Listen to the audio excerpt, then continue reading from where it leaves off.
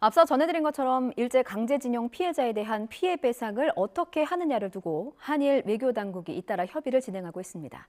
이 과정에서 피해자들은 우리 정부가 가닥을 잡고 있는 제3자 배상 방식에 대해서 반대하고 있는데요.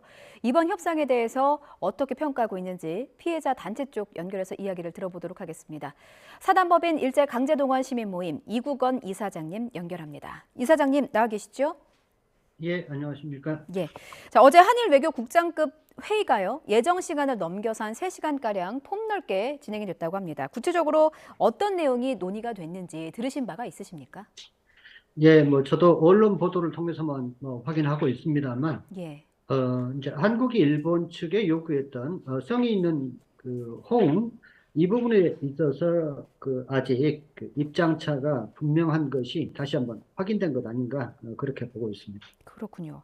자, 이사장님, 강제징용 피해자분들 대리하고 있는데 정부는 이번 협의와 관련해서요. 피해자 측과 어느 정도로 좀 소통을 하고 있는 상황입니까?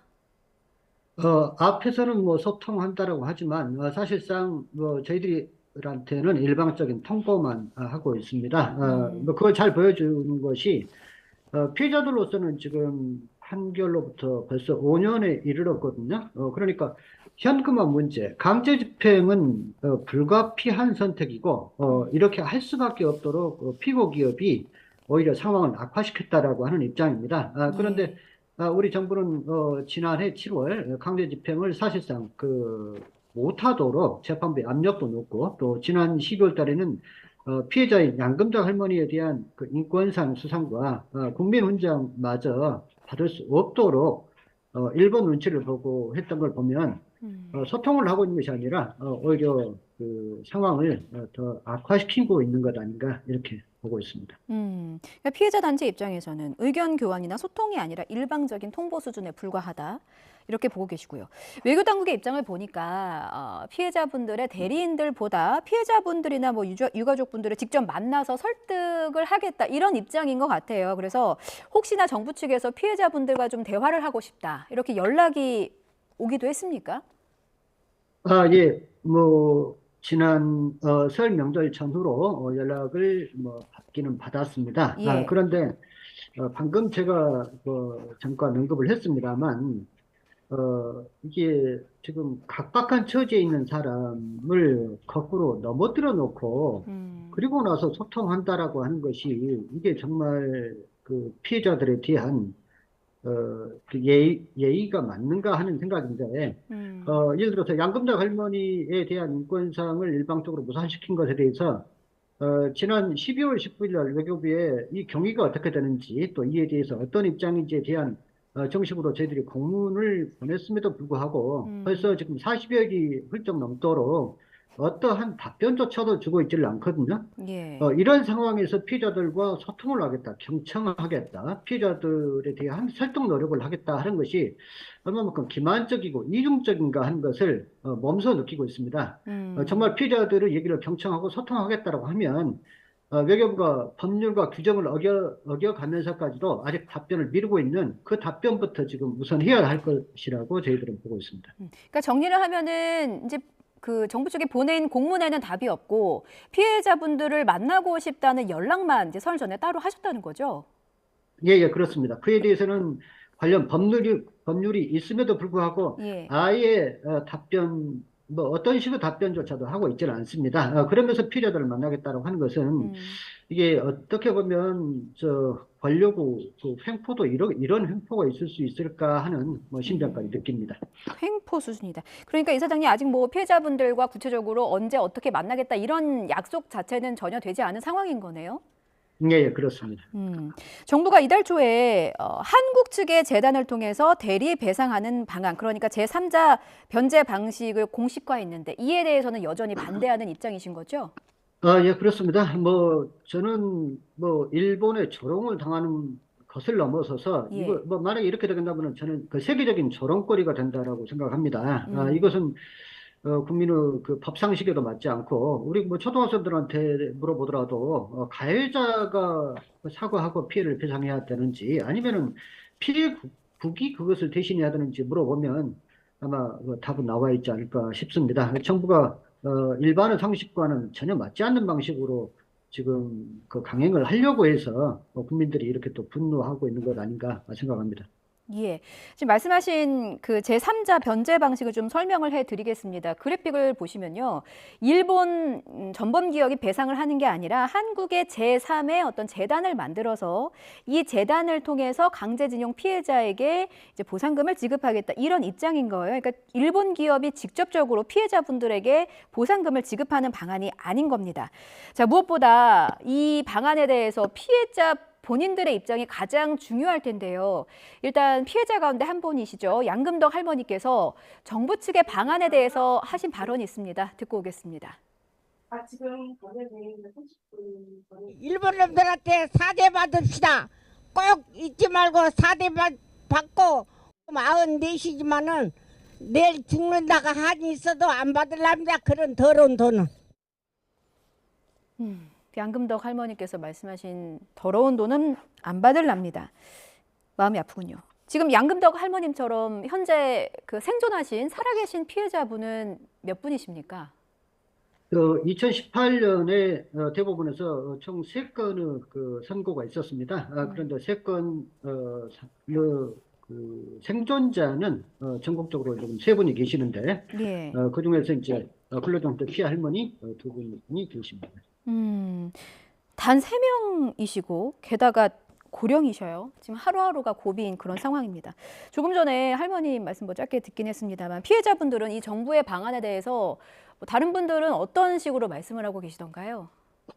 그러니까 뭐 조금 전에 뭐 말씀이 있었습니다만 예. 양금작 할머니께서 바로 지난해 9월 박진 장관이 양금작 할머니를 찾아왔었을 때 예. 할머니가 그 맞춤법도 제대로 맞지 않는 그 손편지를 꾹꾹 눌러서 썼던 편지 중에 이 말이 있습니다. 만약 내가 돈이 목적이었다고 한다면 이 일은 진즉 포기했다. mitsubi시로부터 사죄 한마디 듣고 싶은 것이 내 마지막 소원이다. 만약에 그 미쯔비시나 일본이 사죄 배상하지 않고 다른 사람이 주는 돈을 대신 받게 되면 내가 일본으로부터 얼마나 우스운 처지가 되는 것이냐. 나는 죽어도 그렇게 할 수 없다. 이렇게 말씀하셨습니다. 만약에요, 일본이 끝까지 완강하게 뭐 사죄도 배상도 거절한다면 현실적으로 차선책을 고려해야 되지 않느냐라는 의견이 있어서요. 이렇게 재단을 이용한 배상 방안이 좀 피해자들을 위로할 수 있는 또 다른 해결책이 되지 않을까 말씀하시는 의견도 있어서 이런 주장은 어떻게 보고 계십니까? 저는 이제 오히려 이것이 피해자들을 더 그 화를 나게 하는 지금 방안인 것 같습니다. 그러니까 피해자 입장에서는 내가 정정당당하게 사죄받고 배상을 받고 싶은 것인데 예. 마치 손에 어떤 명목이든 어떤 그 경로를 통하든 그저 손에 돈만 쥐어주면 되는 것인 양 자신을 바라보고 있는 것에 대해서 매우 씁쓸하게 지금 생각을 하고 있거든요. 예. 그러니까 이게 지금 단순하게 그 돈 금전 거래 관계에서 발생하는 그 떼인 돈을 못 받은 것이 아니라 이것은 일본 국가 권력이 관여한 불법 행위에 대한 인권 침해 사건에 대한 정당한 사죄와 배상을 받고 싶은 것인데 그저 그 돈만 쥐어주면 되는 식으로 그것도 일본이 아니라 피해국 기업의 돈을 기부금을 받아서 대신 지급해도 이것이 좋지 않느냐라고 얘기하는 것은 예. 피해자들이 오랫동안 그 싸워오신 이 존엄 자체를 완전히 무시한 발언 아닌가 이렇게 생각합니다. 지금 말씀하신 것처럼 이제 피해자분들이 원하시는 거는 돈이 아니라 진정한 사죄와 배상입니다. 그런데 일본 극우 쪽에서는 이런 주장도 나와요. 과거에 사죄에 담아 내놓고 했는데 이게 또 무슨 사죄를 하라는 것이냐 뭐 이런 목소리도 나오고 있습니다. 혹시 어떤 이유로 진정한 사죄가 없다고 보시는 걸까요? 지금 현재 한일 간에 지금 벌어지고 있는 이 상황이 과거에 일본이 했다라고 하는 역대 정부의 담화의 내용이 얼마만큼 그 알맹이가 없는 어떻게 보면 허무맹랑하기 짝이 없었던 담화였는가를 여실히 저는 보여주고 있다고 봅니다.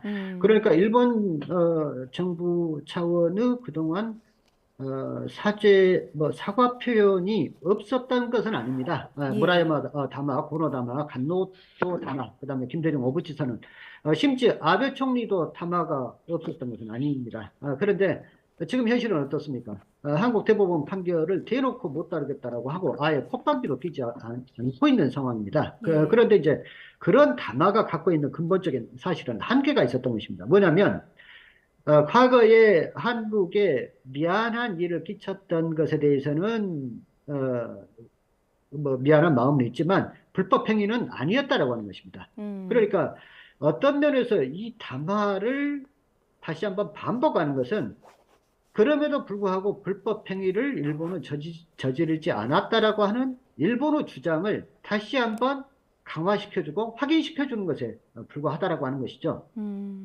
그렇군요. 만약에 통절한 사과와 반성의 뜻이 있었다고 한다면 예. 지금 이렇게 피해자 몇 년 있으면 100세를 바라보는 피해자들을 이렇게까지 어떻게 모욕하고 조롱하면서까지 이렇게 할 리가 없죠. 이게 통절한 반성 태도가 아니지 않습니까?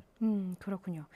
이사장님, 최근 일본 언론의 보도를 좀 질문 드리겠습니다. 만약에 우리 정부의 안이 결정이 되면 과거에 일본 정부가 사죄한 담화를 계승한다는 정도의 발표를 할 수 있다. 이런 내용이 이제 일본 언론을 통해서 보도가 됐습니다. 그렇다면 지금 이사장님께서 말씀하신 내용을 보면 이렇게 한다고 해도 지금 문제가 되겠네요. 예, 그렇습니다. 예. 그러니까 과거 담화 내용 자체가 분명하다라고 하는 것입니다. 불법 행위는 아니었다라고 하는 것입니다. 한국인에 대해서 미안한 마음이 설령 있다고 할지라도 그렇기 때문에 저는 이제 그런 태도가 지금 그 한계가 여실히 나타나고 있는 것이 담화를 계승할 뜻은 있다라고 하면서도 대법원 판결은 따르지 않겠다. 그다음에 대법원 판결을 따르지 않으면서 과거에 했던 발언은 한 번 더 해줄 수 있다. 심지어 최근에는 일본 정부가 도저히 받아들일 수 없는 예를 들어서 구상권 포기 확서까지 내도록 하고 있지 않습니까? 예. 요청하고 있지 않습니까? 이것은 채무자가 채권자한테 이 채권 포기 각서를 내라라고 하는 것인데 이게 과연 사죄의 태도인지 이게 통절한 반성의 태도인지 이런 담화를 한 번 더 한들 이게 어떤 의미가 있는 것인지 하는 것입니다.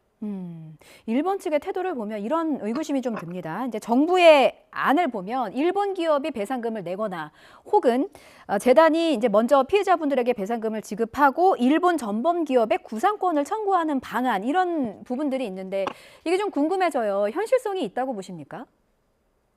저는 전혀 현실성이 없다고 봅니다. 예를 들어서 지금 그 피해자가 일본 기업을 상대로 한 그러니까 정부식 표현대로 하면 사적인 소송에 있어서도 마치 지금 한일 간에 내일 모레 난리가 날 것처럼 이렇게 요란을 떨고 있는데 그것을 대신해서 우리 정부의 재단이 그러니까 한국 정부가 대신 나서서 일본과 싸움을 하겠다, 일본 기업들과 싸움을 하겠다 이런 모양새가 과연 가능할까요? 저는 이거 불가능하다고 봅니다. 그러니까 예. 할 수 있음에도 불구하고 우리 정부는 그것을 스스로 포기하리라고 봅니다. 예. 앞서 이사장님께서 이런 기자회견을 하셨더라고요. 왜 정부는 할머니들을 불우이웃으로 만드느냐? 왜 기부금을 받아야만 하는 처량한 존재로 만드느냐? 이런 말씀하셨었는데 마지막으로 좀 피해자분들께서 좀 받아들일 수 있는 일본의 통절한 사죄와 배상이 어느 수준으로 좀 이루어져야 된다고 보시나요? 피해자들은 벌써 30여 년 가까이 법정 투쟁을 하고 계십니다. 일본의 반인도적 불법 범죄뿐만 아니라 해방 이후에도 정말 감당할 수 없는 모진 정신적 상처를 입었습니다. 평생에 한 밖에 남은 이분들은 마지막 바람이 돈 몇 푼으로 청춘을 되돌릴 수 있는 것도 아니고 가해자로부터 진정한 사죄를 받고자 하는 것입니다. 이렇기 위해서는 우선 일본 피고기업과 일본 정부가 2018년 한국 대법원의 판결을 인정하는지의 여부가 우선이라고 봅니다. 이 사실을 인정했었을 때만 진정한 사죄가 가능하기 때문이죠. 예. 한국 속담에 말 한마디로도 천냥빚을 갚는다라고 하는데 일본은 따뜻한 말 한마디는커녕 오히려 말로써 상처를 덧내고 있습니다. 이러한 태도로서는 한일 관계 뭐 복원이 될 리도 없고 또 피해자 상처를 어루만질 수도 없고 또 국민들 정서에서도 용납받을 수 없는 일이라고 생각합니다. 알겠습니다. 오늘 뭐 이와 관련해서 이사장님을 포함해서 피해자 단체들이 잠시 뒤에 항의 기자회견도 진행한다고 들었습니다. 저희가 이 부분도 주목해서 보도록 하겠습니다. 오늘 말씀 여기까지 듣겠습니다. 고맙습니다. 네, 감사합니다.